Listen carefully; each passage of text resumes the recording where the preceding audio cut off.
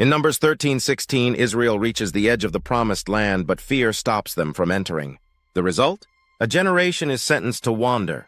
And as fear turns into rebellion, we see how rejecting God's authority leads to destruction. These chapters are a wake-up call.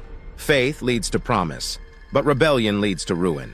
Send men to spy out the land of Canaan, which I am giving to the people of Israel.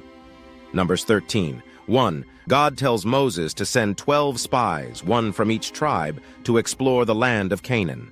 They return after 40 days with this report. The land is rich, a land flowing with milk and honey, but the cities are strong and the people are giants. We seem to ourselves like grasshoppers. Numbers 13:33.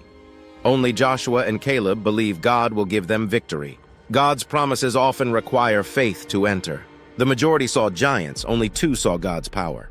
Would that we had died in Egypt. Let us choose a leader and go back.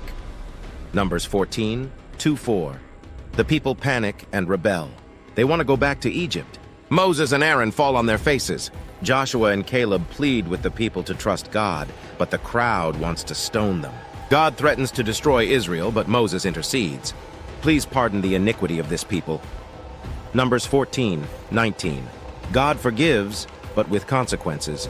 The people will wander for 40 years.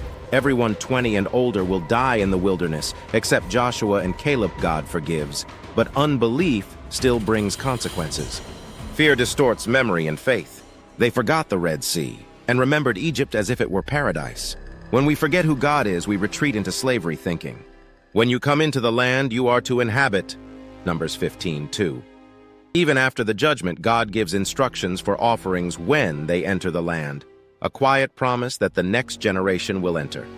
He also commands grain, oil, and wine to accompany burnt offerings, a reminder that both Israelites and foreigners must follow the same law. Tassels on garments to remember God's commands. Then comes a serious moment. A man is caught breaking the Sabbath and is stoned as commanded. God's grace and discipline walk hand in hand. He offers hope for the future while calling for reverent obedience now. You have gone too far, for all in the congregation are holy. Numbers 16:3. Korah, along with Dathan, Abiram, and 250 others, challenge Moses and Aaron's authority. They claim, "We're all holy. Why do you set yourselves above us?" God tells Moses to separate from them. "If these men die a normal death, then the Lord has not sent me." Numbers 16:29. Suddenly, the ground opens up and swallows Korah and his followers. Fire consumes the 250 men offering unauthorized incense.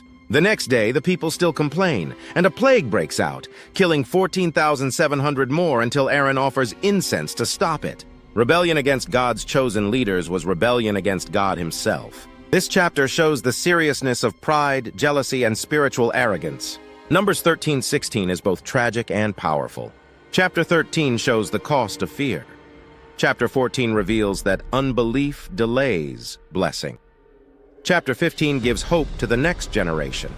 Chapter 16 warns against rebellion and spiritual pride.